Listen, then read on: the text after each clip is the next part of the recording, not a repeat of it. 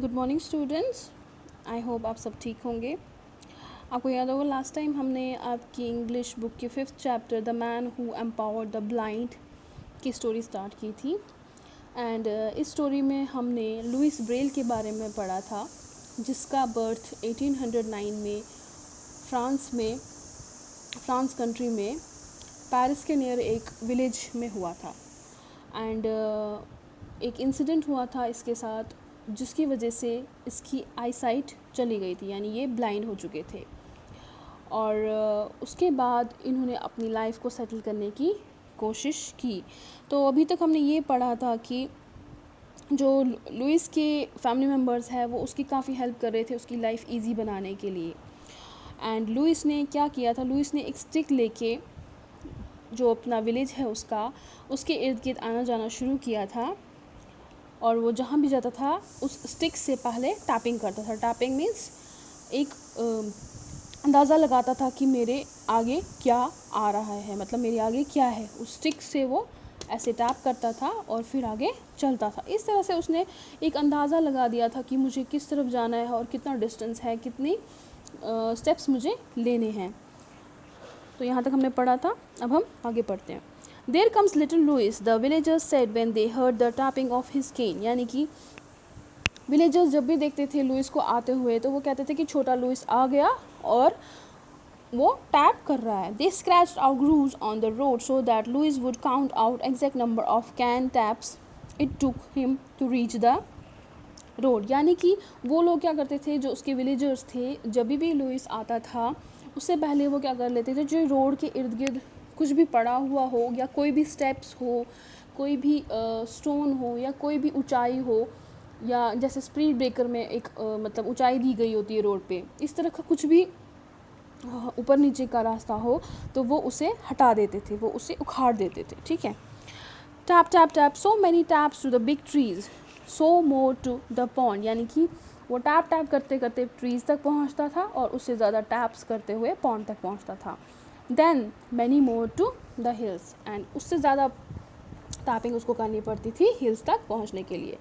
This tapping stayed with him through his life and was to mean much to the world later on. यानी कि ये tapping उसके साथ उसकी ज़िंदगी भर रही, यानी कि इसी टैपिंग को मतलब करते करते वो अपनी लाइफ बिता रहा था।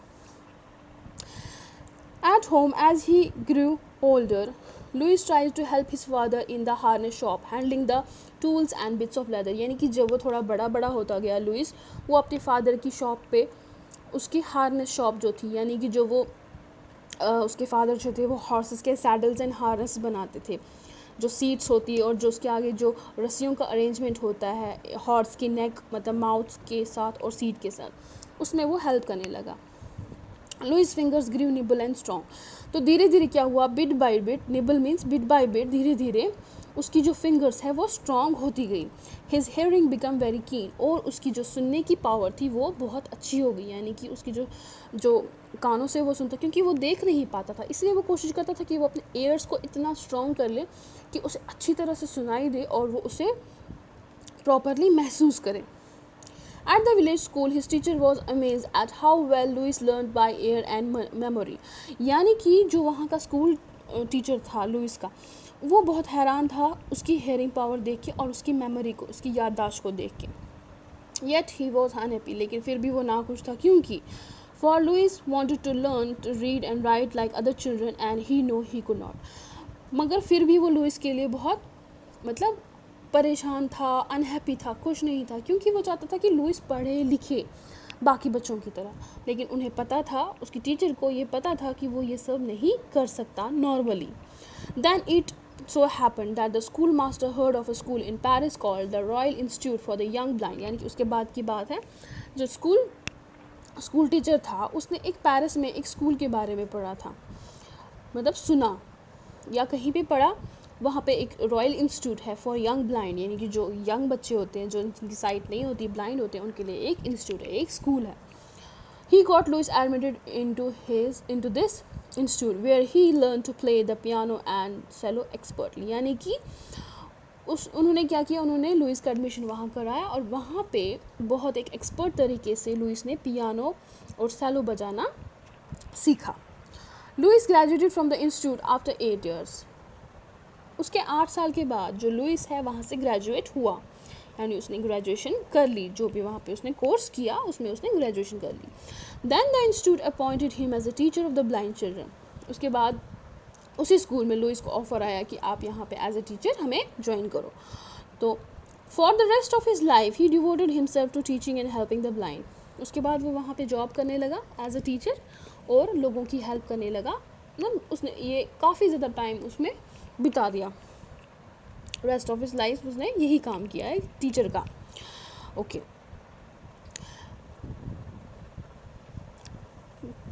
Eight about the time Louis Braille came to the institute, the institution's founder, यानी कि एक बार की बात है लुइस ब्रेल कहाँ गया, जो इंस्टीट्यूशन का फाउंडर था, यानी कि जो उसका हेड था, एक हिसाब से जिसका वो इंस्टीट्यूशन था, उनका नाम था वैलेंटिन ह्यूए। ठीक है।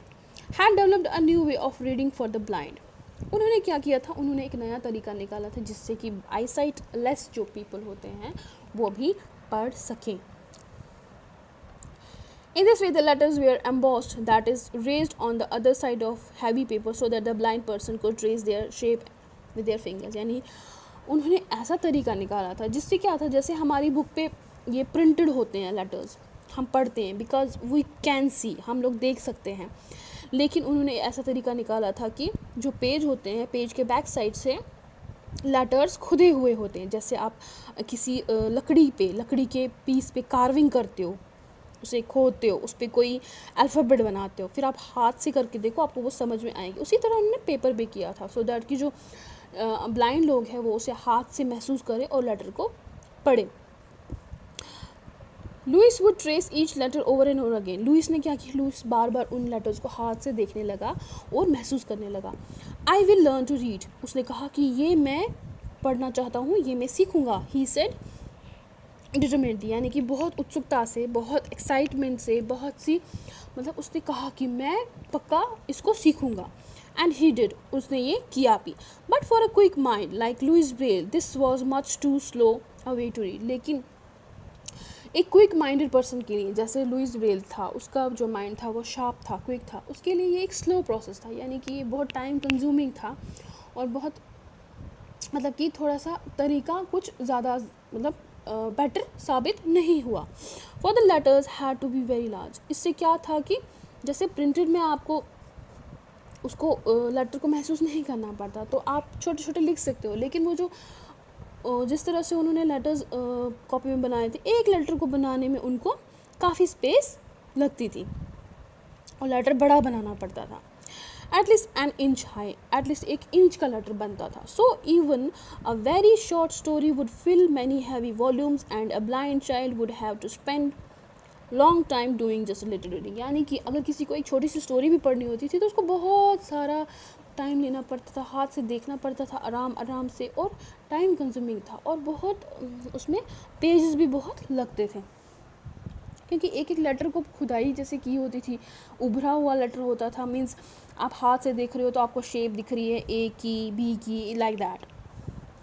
Besides it was very hard and expensive to print books with emboss letters. लेकिन एम्बॉस मीन्स जो लेटर ऊपर आ रहे हो और हाथ से आप उनको देख सको, यानी कि ये जो है ये एक्सपेंसिव था, यानी कि महंगा था। So there was a very little for a blind to read, यानी कि और जो मतलब बच्चे थे वो बहुत कम ही मतलब पढ़ पाते थे, क्योंकि ज़्यादा से ज़्यादा बच्चे जो होते थे वो उतनी ज़्यादा एक्सपेंसिव चीज़ें अफोर्ड नहीं कर सकते थे। फॉर लॉन्ग और important books a blind person had to depend on friends to read out to him. अब अगर कोई बड़ी सी बुक होती थी और इम्पॉर्टेंट होती थी, बच्चों को पढ़नी होती थी, तो उन्हें अपने फ्रेंड्स को बोलना पड़ता था कि हमें ये पढ़ के बताओ, क्योंकि हम देख नहीं सकते हैं, और उन्हें अपने फ्रेंड्स पे डिपेंड रहना पड़ता था।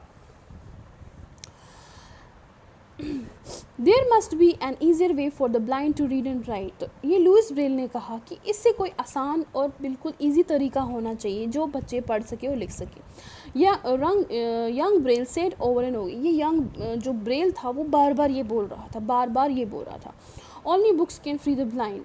सिर्फ किताबें ही हैं, बुक्स ही हैं जो एक ब्लाइंड पर्सन को फ्री कर सकती है, आज़ाद कर सकती है। इंडिपेंडेंट कर सकती है। A person can never be truly educated unless he can read. एक पर्सन जो है, कोई भी इंसान जो है, वो तब तक उसे हम नहीं बोलेंगे पढ़ा हुआ, पढ़ा लिखा, जब तक कि वो पढ़ नहीं सकता, ठीक है। मतलब वो उसे पढ़ाई लिखाई आनी ही आनी चाहिए। Louis was only 17 years old when an idea struck him that there must be an easier, quicker way for the blind to read than by trying to feel all the way around each letter. He was looking for a code. यानी कि 17 years old था Louis जब उसके दिमाग में ये idea है कि कोई ऐसी कोडिंग होनी चाहिए जो ब्लाइंड पर्सनस के लिए बनी हो और इससे बेहतर हो।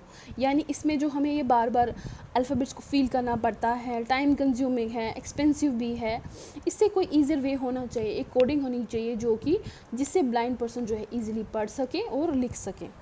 ओके।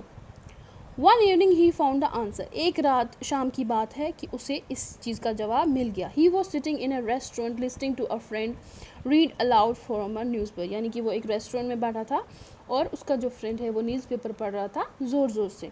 अचानक से उसके दिमाग में आइडिया आया। Suddenly he heard something that made him jump up. अचानक से उसने कुछ सुना और उसके दिमाग में ये आइडिया आ गया।